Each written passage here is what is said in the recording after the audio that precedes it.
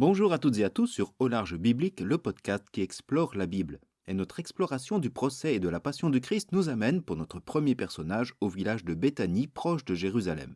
Nous allons y rencontrer une femme qui, à proprement parler, ne joue pas un rôle majeur dans la passion ou le procès de Jésus, mais qui va nous permettre de dresser le cadre et surtout d'ouvrir la tragédie de la passion.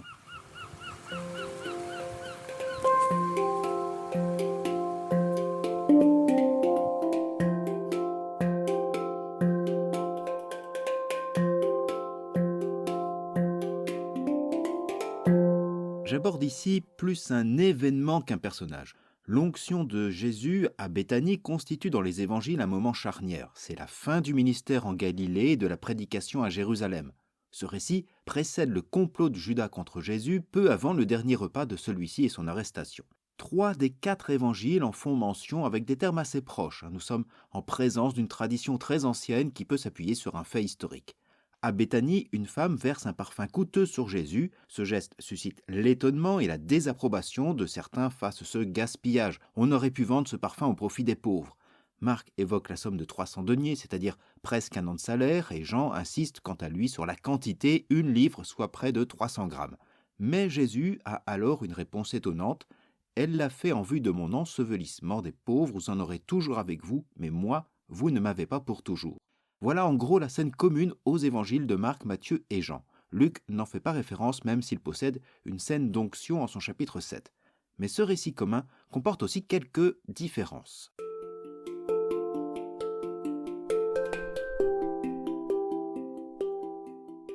Si j'ai entrepris de commencer cette série par cette scène, c'est aussi pour que nous puissions mieux comprendre qu'un même fait peut être traité d'une manière très différente en fonction des évangiles. La femme de Béthanie nous oblige à la prudence pour ne pas tout considérer comme un compte-rendu historique, ni à l'inverse tout prendre pour de la légende.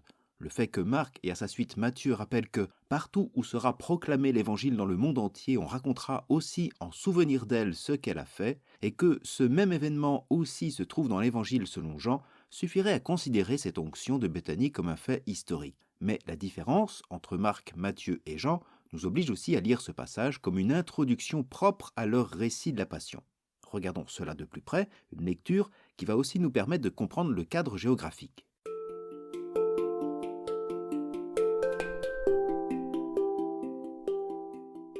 Nous sommes ici à Béthanie, à 4 km environ à l'est de Jérusalem, juste derrière le mont des Oliviers, un lieu important de la Passion.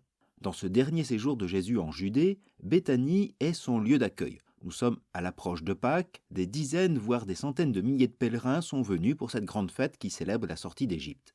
Il aurait été certainement difficile de trouver un logement à Jérusalem même pour Jésus et ses 12 apôtres et celles et ceux qui l'accompagnaient. De plus, il est probable que face à l'animosité des autorités du temple, Jésus ait préféré être un peu à l'écart. Béthanie n'est pas si loin de Jérusalem, à 1 heure de marche tranquille. Durant le séjour à Jérusalem, Marc fait faire d'ailleurs à Jésus plusieurs allers-retours. Jésus et ses disciples ont donc trouvé asile pour les fêtes dans ce petit village. Mais chez qui ?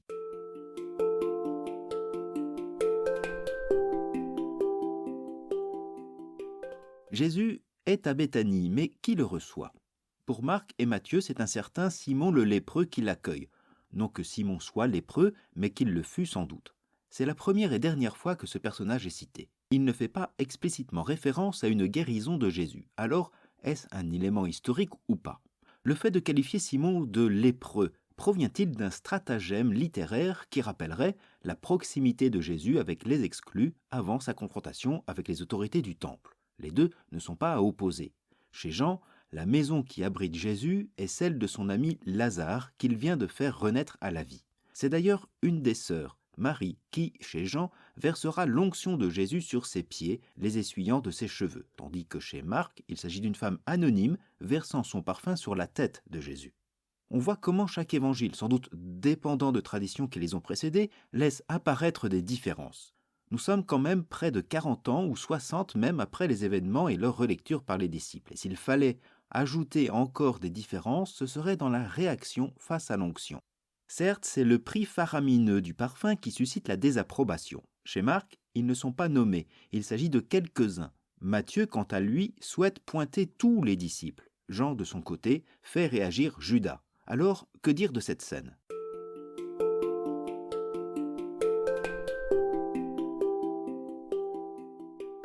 Si l'évangile de Jean désigne Marie, la sœur de Lazare, c'est bien pour lier les deux événements.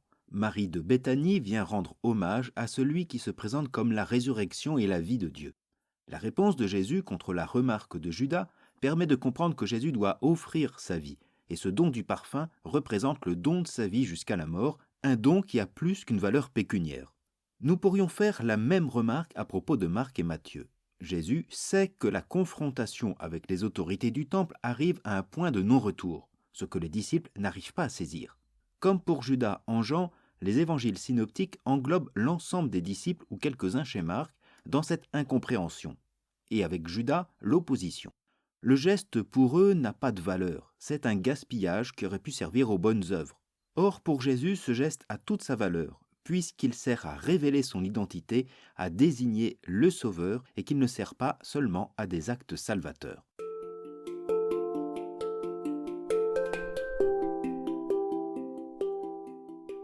Si Marie de Béthanie, sœur de Lazare, verse le parfum sur les pieds, c'est bien en geste d'accueil et de remerciement. Mais la femme anonyme des synoptiques, en versant le parfum sur la tête de Jésus, reprend là le geste des onctions royales et sacerdotales. Elle reconnaît donc, ou du moins, elle permet de nous faire reconnaître en Jésus le oint de Dieu, celui qui a reçu l'onction, c'est-à-dire étymologiquement le Messie ou Christ. Elle accomplit là un geste prophétique. Une fois encore, j'insisterai sur l'incompréhension des disciples soulignée par Marc et Matthieu. Ils ne comprennent pas ce qui se passe, car ils ne comprennent pas encore qui est Jésus. C'est la passion et la résurrection qui vont amener à la foi, ou plutôt qui va obliger les disciples à reconsidérer leur foi à frais nouveaux. C'est à partir de la résurrection qu'ils vont entreprendre de raconter les événements et surtout leur donner sens. Alors, qui est cette femme et qu'a-t-elle vraiment fait? Quel est donc son rôle?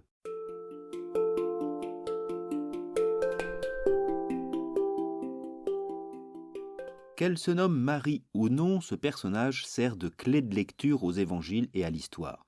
Elle permet de faire comprendre qu'aucun des disciples semble saisir le danger qui menace leur maître, qui sait, lui, combien sa vie est en jeu. Elle introduit une confrontation avec Judas, mais ça, c'est une autre histoire. En était-il historiquement ainsi? Vous voyez combien il est difficile de tenir des affirmations précises quand des récits servent un dessein qui dépasse le simple fait. Il est fort probable, puisque les traditions différentes ont retenu ce geste, qu'une femme, à Béthanie, ait versé du parfum sur Jésus sans que les disciples y voient le signe qu'ils ne découvriront que plus tard dans la foi en la résurrection. Mais le geste a bien été posé. La femme de Béthanie est un personnage énigmatique mais aussi silencieux. Pourtant, elle en dit beaucoup. Chez Marc et Matthieu, nous ne savons pas pourquoi elle agit, mais nous savons, comme chez Jean, pour qui elle verse son parfum. Narrativement, ce geste introduit la passion dans les évangiles. C'est un point de basculement, car aussitôt vient la trahison de Judas ou chez Jean la décision de tuer et Jésus et Lazare. Jésus ne remettra plus les pieds à Béthanie. C'est un geste d'honneur, mais c'est aussi un geste d'adieu, peut-être provisoire, car nous retrouverons d'autres femmes à la croix et surtout à la découverte du tombeau vide.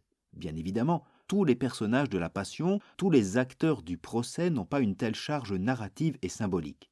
Mais justement, cette femme de Béthanie nous oblige à faire preuve d'exégèse, d'herméneutique, sans nier pour autant l'histoire, ou inversement, à être curieux de l'histoire sans omettre le sens des évangiles. Il nous faut et l'actrice et le parfum. Sans l'un et l'autre, sans la femme de l'histoire et sans l'huile symbolique au sens fort du terme, nous pourrions tout dire et surtout n'importe quoi.